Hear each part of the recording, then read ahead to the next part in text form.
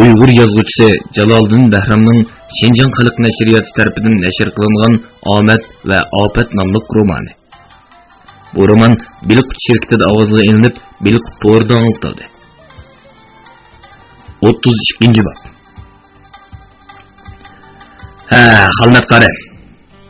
Dedi Qadirdan vaqalikning jiddiyligidan hayajonlanib. Yası roman yoki kino bo'g'dak voqea. Yazışıq doğru kelsa, sen en muvaffaq.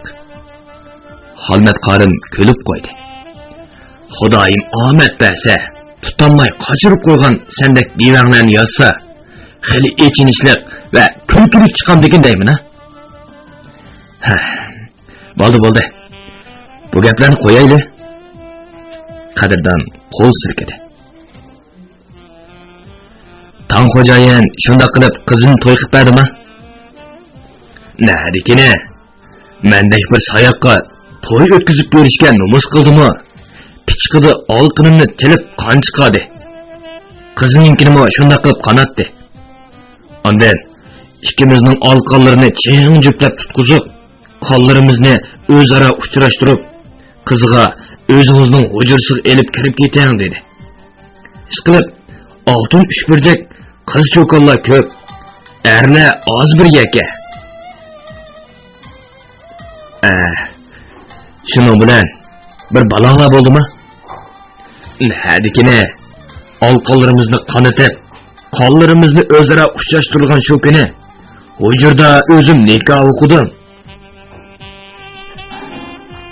Meni qo'lt sayran qoldirgani xo'jayinning naq vaqtida yetib kelishi bo'ldi degan bilan xili vijdoni bor bir qut xazinasi. Xo'jayin Mana rasketni qilmaganligidan xijil bo'ldimi?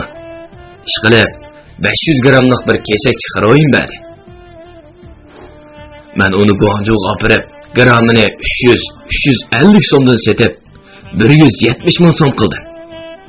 Oltinni uchburjakka yana keldim. Chunki mening Urumchi va yurtga qarzim 700 ming so'mdan oshadi. Undaqda İkinci qıtımda oltin uchburjakka qandoq o'taldingiz? O vaqtda oltin uchburjakda oilam borligi haqida qo'limda isbotim bor edi. Xalmat qarim bilekidagi oltin soatga qaradi. Bo'ldi uxla. Vaqt birga beribdi. Atsi atigan soat 10da g'ayrat janbu Reylining avtobus beltidan oltin yeb keldi. O Abay Gittar, Aysa Xenanjar, Dilmurat Makash, Xalmat qarimlarga birdan bilet tarqitib berib, Qadirdan bilan o'zlarinikini yanchiqug'i selib oldi. Kech soat 9ning mashinasida, dedi Abay Gittar beltini yanchiqug'i selib etib. Undaqda Şinjan vaqti 7 degan gapda. Aeroplan, mashina, mehmonxona, osh tamoq, qisqasi yo'ldagi barliq chiqin Xalmat qarimning zimmisida bo'lsin. G'ojidar g'ayrat jangdo bo'lg'ashqa pulni shu chiqin qilib xotirlab qo'yadi. Xalmat qarim uning bak ishengashga pulni qandoq xachisa kar bo'lmaydi. Shunga hammasi Xalmat qarimga qaraganda g'ayratga bakarak bay'at qiladi. Ularning bunda qilishimi yaxshiroq yeyish, ichish, o'ynash uchun edi. Chunki ular o'zlarining qilish tig'ida dar o'ynatayotganligini, hayotining har vaqt xavf ostida ekanligini obdan biladi. Ular tushdan keyin ikki taksi bilan kunning qatnash bekitiga berib mashinaga tushdi. Bu mashinaning bahosi karvatlik avtobuslarga qaraganda qimmatroq bo'lgani bilan surati tez bo'lib qolmay.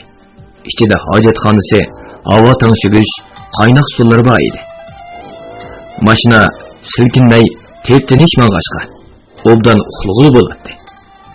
Demasmi, mashina shahardan chiqib 1-nomerlik tez suratlik tosh yo'lga tushishi, sirtda orqa-orqadan yiqilayotgan stolbularni sanig'ili bo'lmag'idek tez yurib ketdi.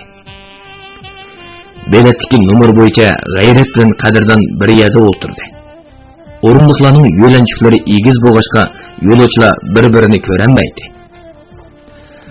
G'ayratga Qadirdan g'ayratni beqindab qo'ydi. Hammanglar Beyjingni tashlab qaytib kelibsizlar-ku. U yerda oqmay qoldimi ya? Undaqqa emas.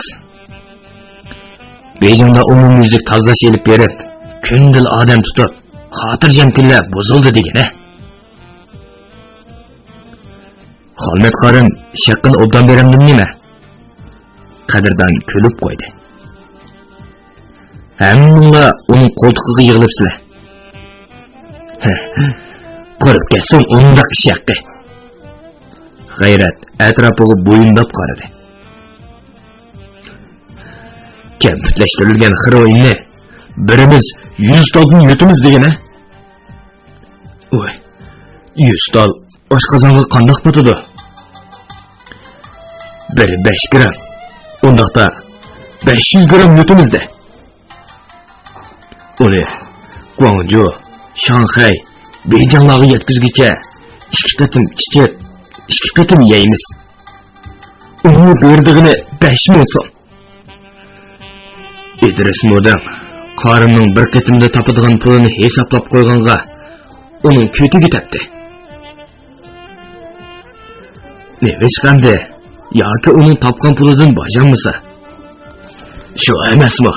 Qorimning Ro'ylida bir yer osti zavodi bor. G'ayrat past ovozda shivirladi. Uningda 3 bola ishlaydi. Ular ko'rinishli kavobchi. Amaliyotda bo'lsa, kesak chiqaroylarni zavodga ezib, qayta kampitlashtirdi.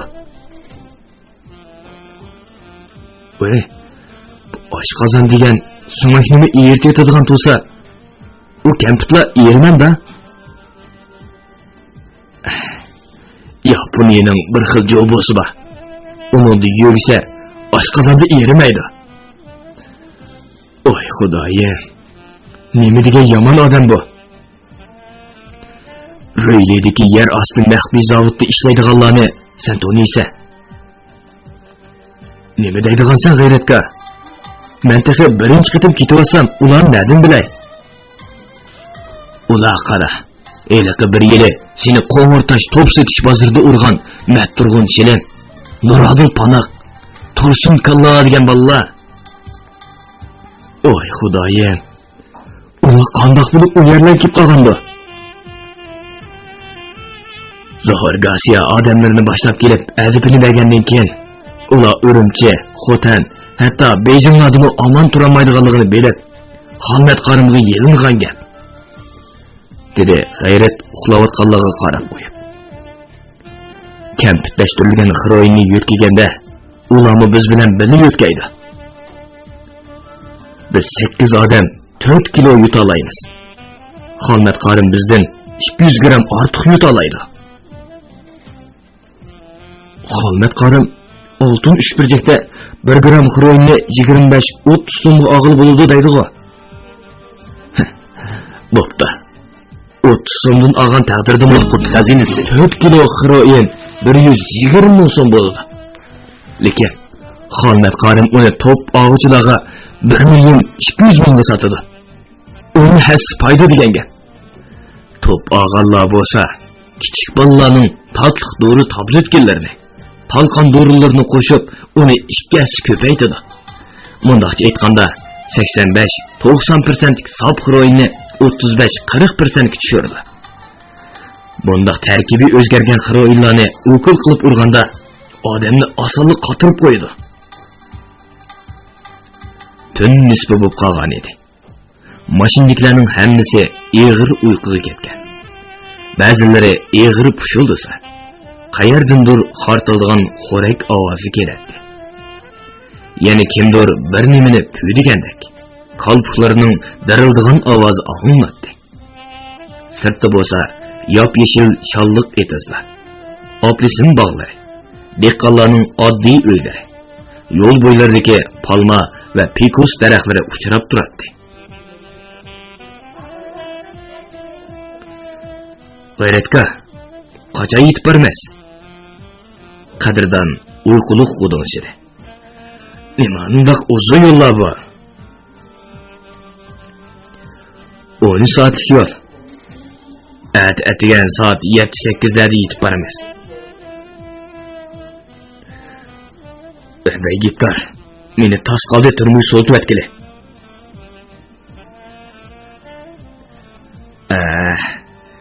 Elaqi yatqının ostiga ko'mgan narsalardansa? Bir yurtliq el og'ina tunish deganmi shundoq bo'landa?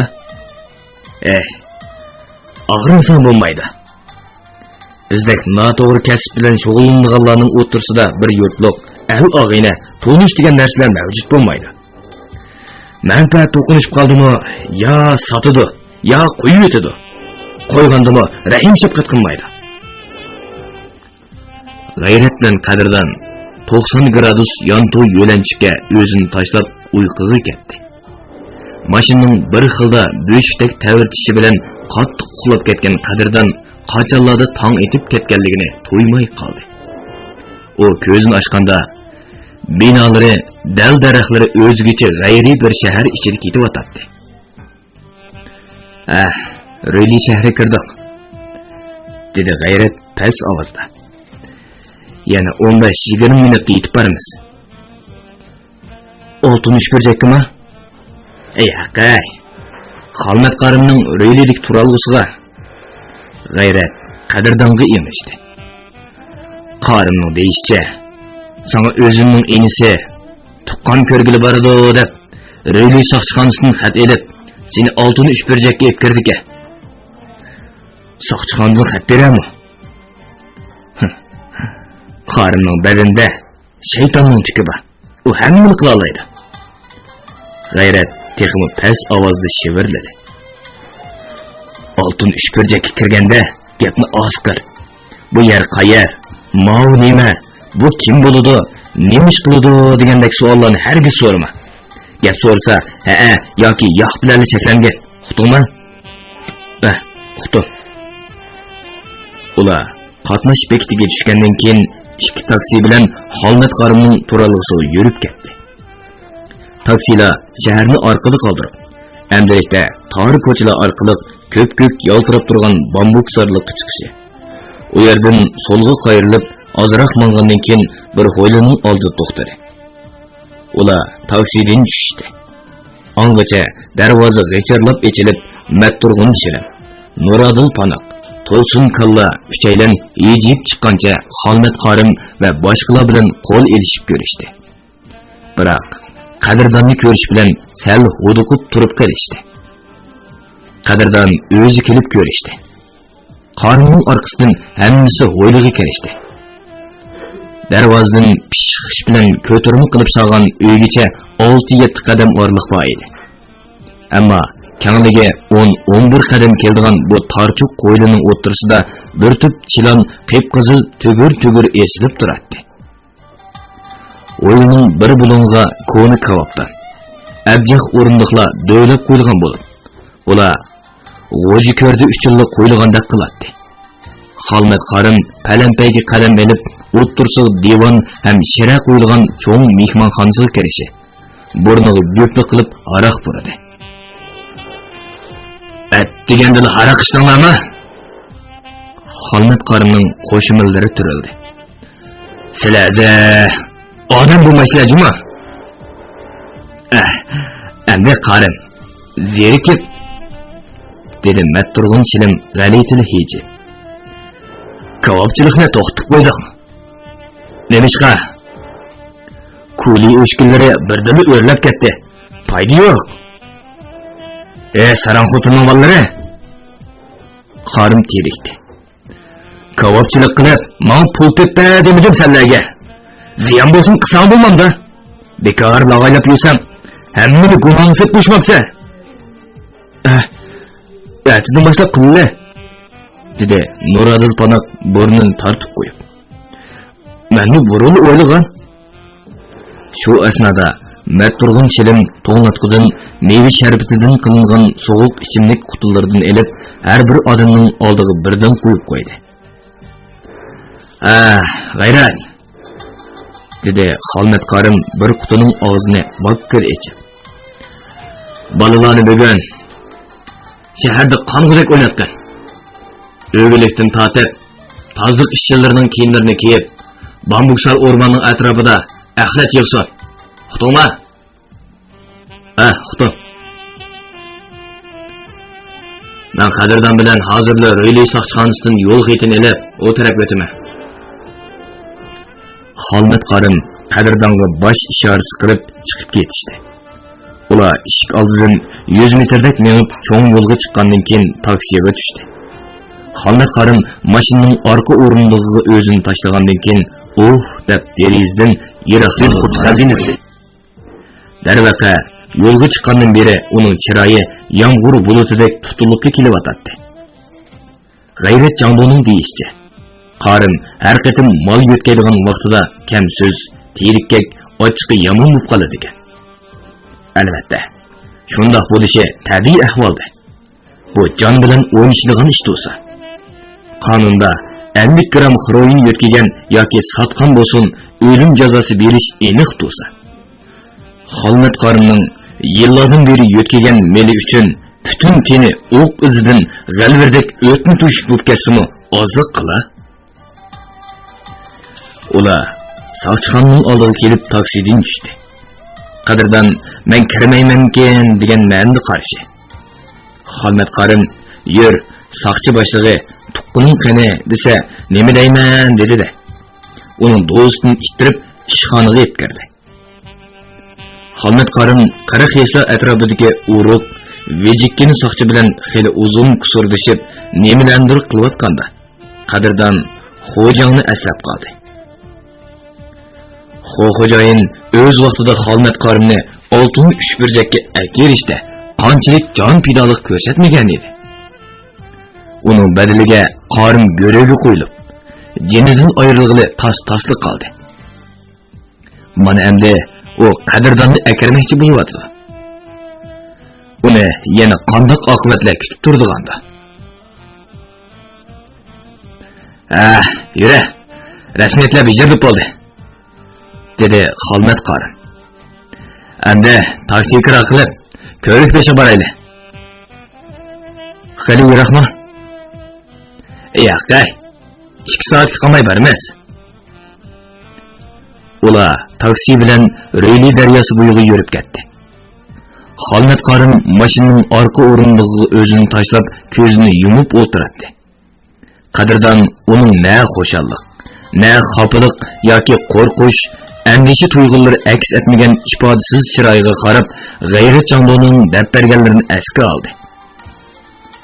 Xolmat qarim tong jamiyatining kuyovli bo'lganligi uchunmi yoki har bir sodida va'dasiga vafo qilib, ishonchiga erishganligi uchunmi? Ishqilib, oltin uchburjakda uning hurmat inovati yuqori edi. Boshqalarga 1 million naqd pulga bermagan molni Xolmat qarimga neshiga bera oladi. 3 yilning oldida Tangrunlu xo'jayin qizil o'ngish roki bilan o'lib ketib, hozir Tang xo'jayinning bir tuqqan inisi Tangmindi Tang jamiyatiga egdorchilik qiladi. Xolmat qarim, men u tarafga o'tmasam bo'pti-ki. Qadirdonning ko'ngli tatmay turadi. O'tganim bilanmi nima qilib beralayman? Nima? Qo'rqotamsa? Qo'rqma. Men seni hargiz görevga qo'ymayman. Men uni ko'zda tutganim yo'q. Amsa nima? Mol yetkiganda bir ish chiqilgandek tuyulyapti. Molni biz yetkaymiz. Ular o'zlari yetkab, Röyliga akilib berish vazifasi bor. Ular o'talamda. Röyli daryosi Jumboning nurg'un yerlarini besib o'tadi. Shunga ularning o'tadigan yerlari intayin ko'p. O'tish usul taktikalari xilma-xil. Baya öyle Xolmat qarimning o'g'illikdan tortib tozliq ishchilarining kiyimini kiyib, Bambuksar o'rmonining atrofida axlat yig'sin degan gapi birdinli esga kelgan Qadirdan ular yig'moqchi bo'lgan axlatning nima ekanligini bildi. Taksi ko'rik yeniga kelganda kayniga qayrilib yo'l chetida to'xtadi. Qarim boshqurish, tekshirish, tizimlash ishxonasiga kirib ketdi. Ayol bo'lmaylar yenib chiqdi. Netçi yeriga tamg'i besilgan yo'l xitini ko'rgan ko'rikdagi saqchilar bir eg'izmi gap qilmay tonishtirishni qaytarib berdi. Texe qo'lni cheksiga opirib salom berdi. Ko'rikning u tarafida odatdagi yerlik uylar, bir necha qavatlik binolar bo'lib, taksi, uchchoqlik motosiklet meni bo'lsa u yoqdan bu yoqqa chepishib yuradi. Bir necha taksi ham motosikletlar qarimning oldiga kelib to'xtashi. O lozim emas deb qaytarib etdi. Lekin Xolmat qarim pat-patla soatiga qarab qo'yadi. Ha, aldirmayli. Men telefon bo'layotgan, dedi Xolmat qarim ishonchli qoldi. 10 minutlardan keyin oldimizga og'il mashin keladi. Oradan 10 minutni o'tmadi. 7 metr uzunlikdagi qop-qora yaltirab turgan bir Cadillac ularning oldida to'xtadi. Kabinkidan 20 yoshlardagi buğday o'ng, yuzlari do'ptigilak, chechini beligicha o'stirib olgan bir yigit tushib, Xolmat qarimga qo'l berib ko'rishdi. Ondan qadrdonga qo'l uzatdi. Xo'jayin, qani marhamat. Yigit Cadillacning oldi eshigini ochib berdi. Tan xo'jayin sizga saqlab ko'l bo'yida o'rnayotdi. Tan xo'jayin salomatda. Yaxshi.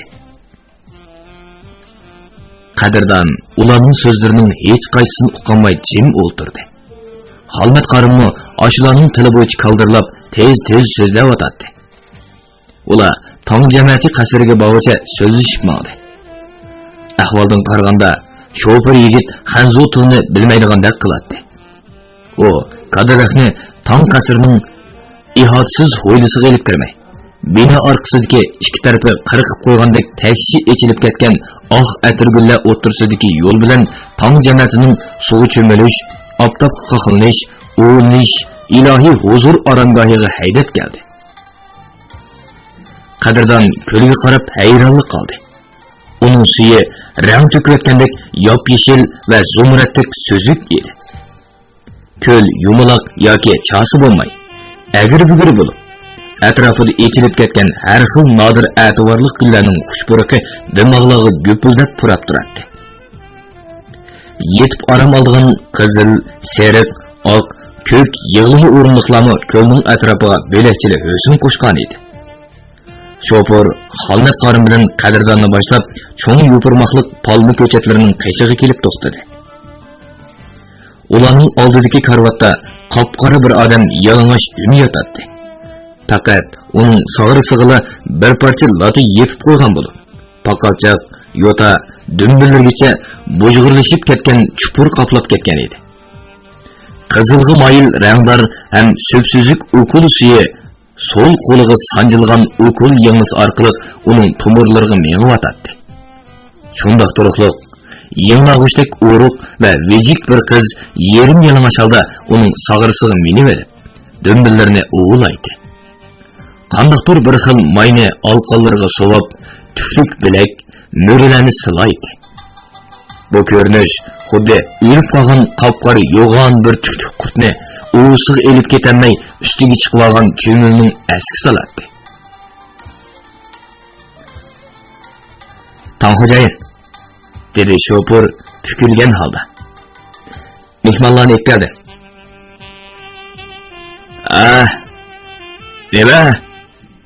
Nima dedim?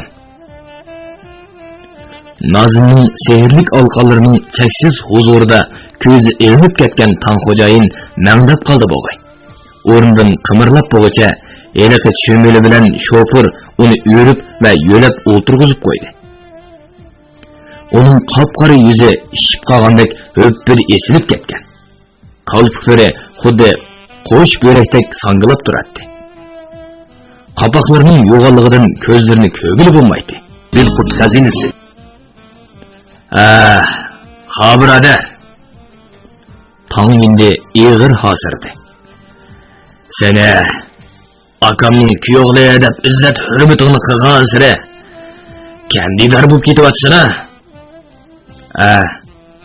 Mayli kim bo'ladi? Meni o'qgan bo'ladi. Beri kele balam, beri kele. Tang xo'jayin qadrdonning ko'ziga bir hazo tikilib qaradi. Sen xaroyin chekid ekansan. Taqa 5-6 yildan eshitdi. Tang xo'jayinning so'zlarini Xolmat qorim qutturliq tarjima qilib qo'ydi.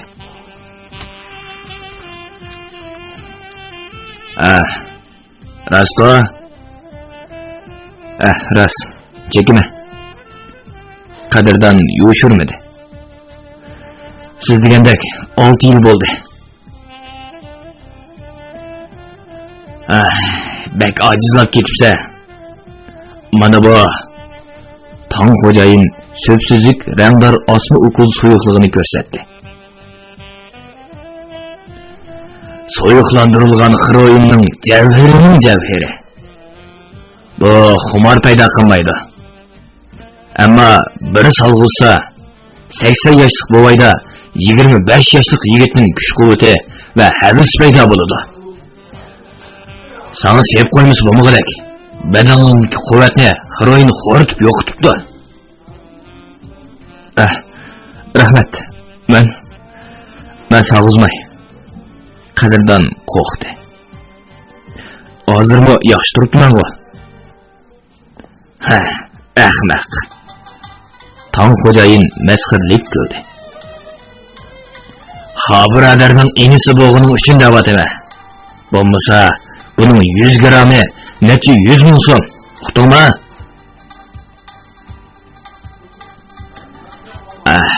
Tang xo'jayin, atlatim bir gap bo'lsin, dedi Xolmat qorim.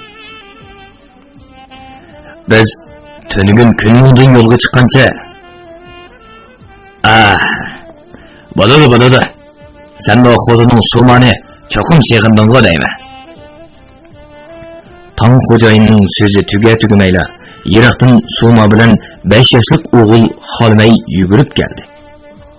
Suma avval o'g'il orqadan quchoqlab Xolmat qorimni yiqitib atkili tasliq qoldi. Qadrdon darhol ko'rmasga serib orqasini qilib oldi. Tang xo'jayinni dum yotganicha eliqi chuyumeli qizga aqini deb buyruq qildi. Xolmat qorim o'g'ilni quchoqlab so'ydi. Bola dadasining bo'ynini quchoqlab cho'ruqlab ketdi. Lekin Xolmat qorim past ovozda nemindur deyishi bilan Suma ikki olqinni jo'plab bir nimani degan edi. Qadrdonmi olqinni jo'plab bir-ikki qatim ta'zim qildi. Ular Xolmat qorimning bo'sh daraxtlar ichida cho'qchiyib turgan uyiga yetib keldi.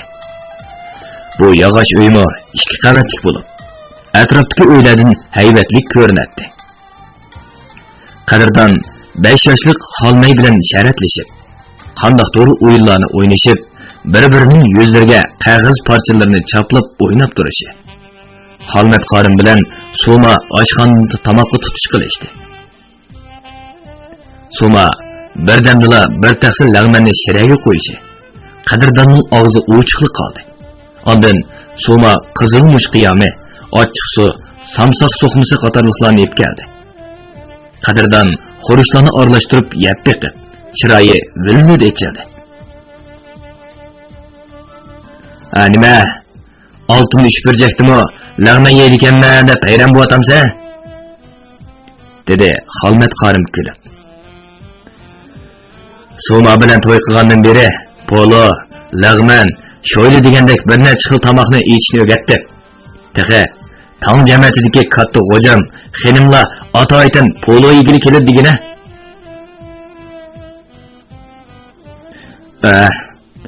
U haqqa polo ketib ketibdi-da.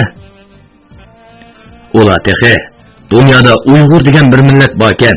Ularning polo degan tomoqlarning shohi ekan deb yurishibdi. Xolmat qadrdonning do'lisi birni o'di. Qandaq? Uyg'urlarni polo bilan bo'lsa-mu, to'nitib qo'ydi. Qorong'u tushdi. Qo'rqish, andisha, jiddilashish bilan o'tgan bir kun qadrdonni xelini charchitib qo'ygan edi. U orqa-orqadan bir-ikki qatim asnigan edi. Xolmat qorim xotinlar bir-biriga ishora qilishdi. Suma qadrdonni ikkinchi qavatga kelib chiqib, derizdan poyonsiz o'rmon, onun nersida dömçek tağ tuzumlari ko'rinib turgan hujraga o'rin sepadi. Ondan tozliq uyni ko'rsatib qo'ydi. O chiqib ketadigan vaqtda o'z uyingizdek uxlang deb qo'ydi. Qadrdon sirt kiyimlarini selib etib, ish kiyimlari bilanla tozliq uyga chiqib, yuyinib olib, yenib kirdi. Xelimi rohatlanib qolgan qadrdonning uyqusi qochgan edi. O yog'och qopqiliq yurishmi derizlarni kang echivatdi. Osmon shunchalik suzuk ediki, xuddi sürtülgen şişidek pakiz ko'rinadi. Bu yerning suyi mo'l, yomg'iri to'li bo'lg'achqimi, butun atrof dal-daraxt, gul-giyoh, yop-yeshil o'simliklar bilan qoplangan. Osmoni hamisha nil ranglik tovlanib turadi. Qadrdon yulduzlar bilan qoplangan koinotda hasrat bilan bo'yin qisib turgan to'lun oyga qaradi. O, mağlı aşındaq peyğam bilan qaramdiganda degan o'y uni o'yga soldi.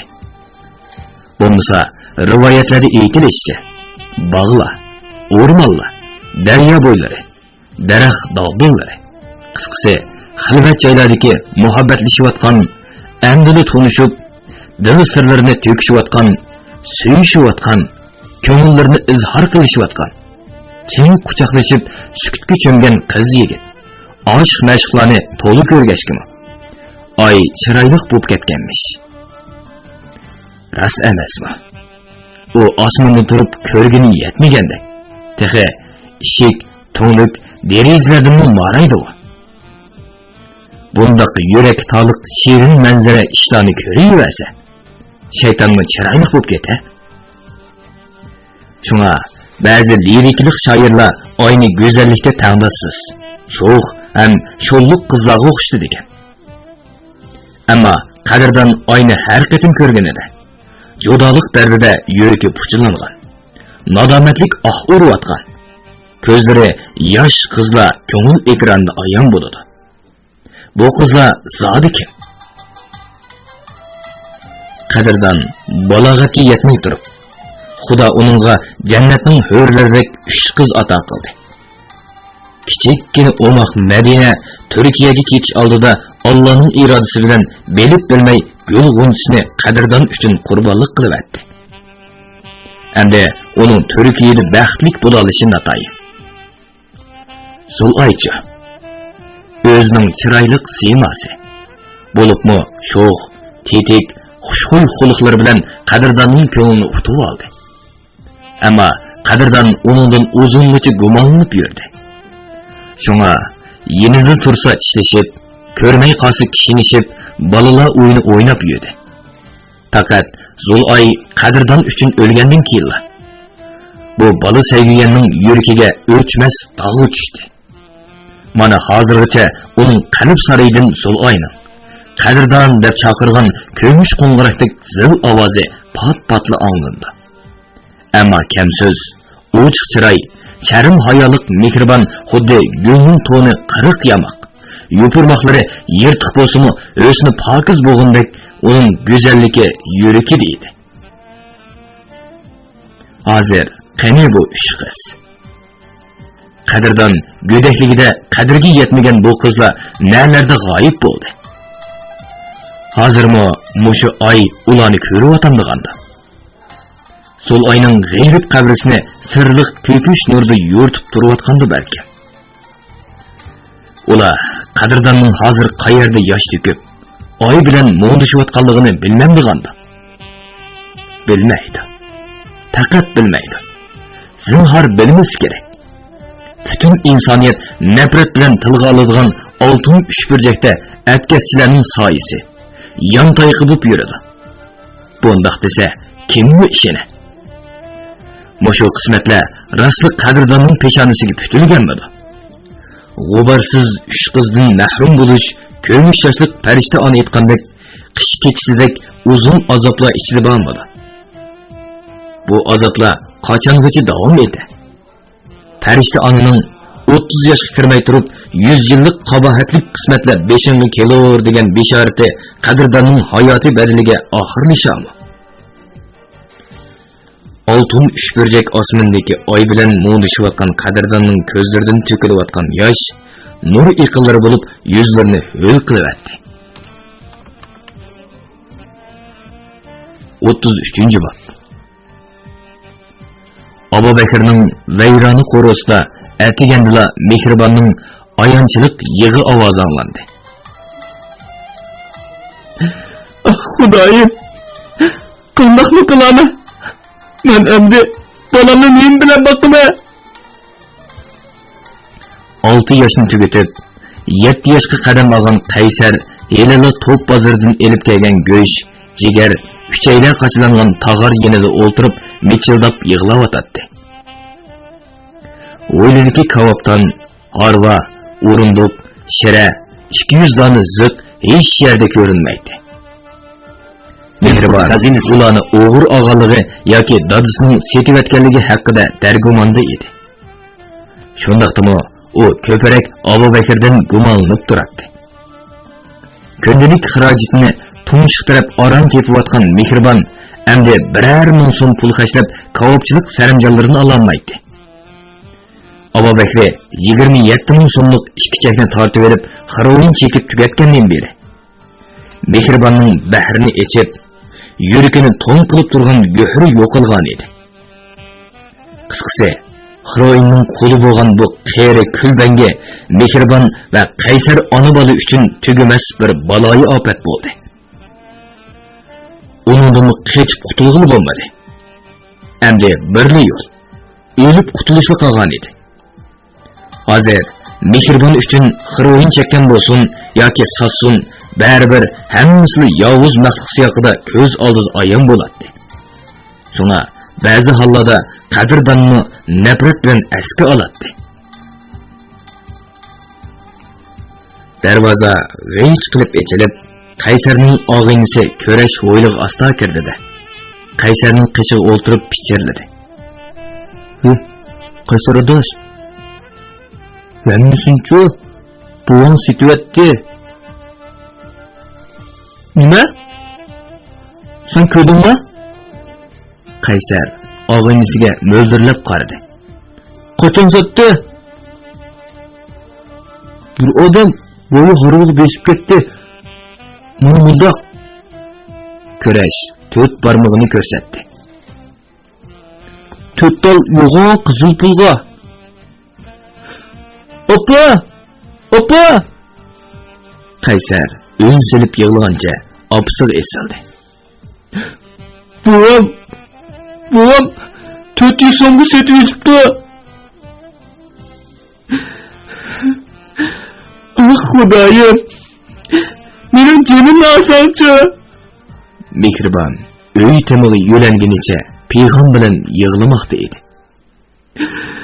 Bu meniki, meni to'rt qilib, millat 100 so'mlik narsani bir chekim tomakining puliga setib olsa, nevram qizim men bilan jon etar deb g'am yemasa, bu ishlarni ko'zing ko'rmasin, qo'rqib og'lamasin. Opa, undoq dema jinim opa. Sen o'lsam, men qandoq qilaman? Qaysar esadab yig'laydi. Men oqshomlikqa bo'lim degan bir nimani bo'g'izlab o'ltiribman. Ko'nilada chiqqan ko'z o'rniga kelmas degan gap bor. Endi yig'lasangmi? O'chay deb faryod ko'tarsangmi? Setilib ketgan narsalar o'rniga kelmaydi. Endiki ish, mau go'sht, jigar, uchaylarni qanday qilish kerak? Uni saqlaydiganga to'nglatqu bo'lmasa. Agar buzilsa, ziyonning ustiga ziyon bo'ladi. Shunga Mehribon yuzlarini yuyib, ro'monni tuzab o'ylig'i chiqdi. Yura bola. Mana narsalarni kavobchilarga ziynaga bo'lsin setayli. Dedi Mehribon bolaning ishtallarini qayqishtirib. Ahtiga qolsa purab qoladi. Mehribon go'sht silingan suluyav xaltini Qaysar jigar bilan uchay silingan xaltini ko'tarib, bir necha kavobchilarga tanglab, oxir yashangan bir kavobchiga o'z narxiga setibdi. Ondan o'g'ilni yetlab mahalla ish boshqarish o'rniga berib dardini to'kdi. O boshliq ayolga so'zlagan sari o'pkisi o'rilib so'zlayolmay qoldi. Qaysar opasining har bir ig'iz gapini anglagan sari ichida bir yeri etishib, cho'ng ko'zlariga yosh yomishatdi. Bo'ladi, dedi boshliq ayol o'rnidan turib. Sizda zahar tashlash o'rniga to'ligidek pul bo'lmagandan keyin biz zahar tashlash o'rnining rahbarlari bilan so'zlashib, sizga javobini beraylik. Ma'qul. Yura bolam, biz ketaylik. Mehribon o'g'ilni yetlab chiqib ketdi. Uning ko'ngli qup-quruq ham umidsiz edi. Bundaq ketkash turib muzokaralashib boqayli. Yo'qirdan yo'l yo'riq so'rab javob berayli. Sabrning tegi oltin, yana bir oz sabr qilib turing deb qaytarishlar divonning qo'shqidek ko'p takrorlanib ketdi. Zade xulos kalam nima? Pul bo'lgandala zahar tashlash o'rnining bo'lsin yoki tutib turish o'rni bo'lsin, aktivligi bakmi yuqori va tez bo'ladi. Mushu necha yillardan beri Mehribon nima kunlarni ko'rdi? Necha qitim o'lishni o'yladi. Biroq ashu mo'ldirlab talmirib turgan bola uni niyatlariga yetkazmadi. Abu Bakrning xumori tutib, Mehribonning ish kiyimlarini soldirdi. U bu xo'rliqlarni ko'tardi. Mana kavobchilik qilib bolasini, dadasining gelini beqiyotgan Mehribonni hadisla 300 so'm ba, 400 so'm ba deb qiynab, urib behush qilib o'tgan kunlarmi bo'ldi. Bir necha qitim mahalla omonligini qo'g'dash bo'limidagilar tutib ketib, atiganligi elib kelsa kashda, kashda elib kelsa atiganligi qo'yibdi. Chunki uning gelini kim boqadi? Solab qo'ygan uyda o'lib qolsa javobgarligi kimga bo'ladi? Qisqasi, turgan turqi bir ovorchilikda. Bu ay, bu kunlarda ovorchilikdan qochmaydigan, jafo mushaqqatni sharaf deb biladigan supurgi ziyonkashlar nada turibdi? Hamma odam tijorat bilan manfaat ko'rdi yursa, kim o Mehribondek yo'lanchik yo'q bechorani oling necha yo'qda? Kavobchilik o'qitidan ayrilib qolgan Mehribon ona bola ikkisi Go'gun bilan tang kayshik bozorga keldi. Ular har bir kavobchining oldiga kelib, ziqqa kavob o'tkazadigan odam lozimmi deb so'raydi. Yerilmabdi. Sodisi barkat tepayotgan bir tijoratchining bu holga tushib qolganligiga xayri xohlik qilib, ish og'irtadiganlardan ko'ra xo'sh bo'lib kuladiganlar ko'p bo'ladi ekan. Ehtimol bu raqobatning rahimsiz belgisi bo'lsa kerak.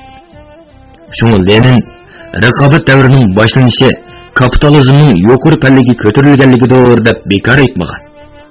Chunki kapitalizmning birdan bir xarakteri sen o'l, men yashay emasmi? Biliq şirketida ovozga ilinib, Biliq to'rda anglatilayotgan Uyg'ur yozuvchisi Jaloliddin Bahramning Xinjiang xalq nashriyati tarafidan nashr qilingan Omad va Ofat nomli romanini bugun mushargacha anglatdik. Davomini atidagi anglitishimizda davomli anglatamiz. Bu roman Xinjiangning har qaysi joylaridagi Xinhua kitobxonalarida sotildi. Do'stlarning setib olib, saqlab qo'yishini tavsiya qilamiz.